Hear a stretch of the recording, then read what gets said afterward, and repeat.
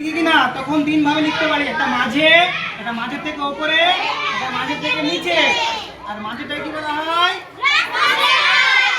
আচ্ছা, আর মাঝে থেকে নিচেটাকে কি বলা হয়?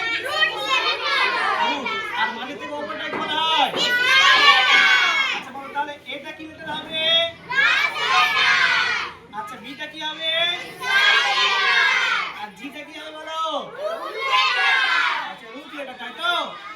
আচ্ছা এবার তোমাদের সামনে আমি একটা ওয়ার্ড লিখি, ওয়ার্ড, ঠিক আছে?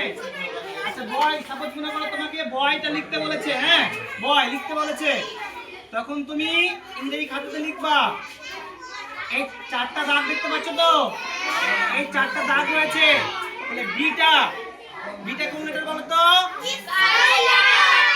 কেমন লিখতে হয়? উপরেও না, এর নিচেও, আর ওটা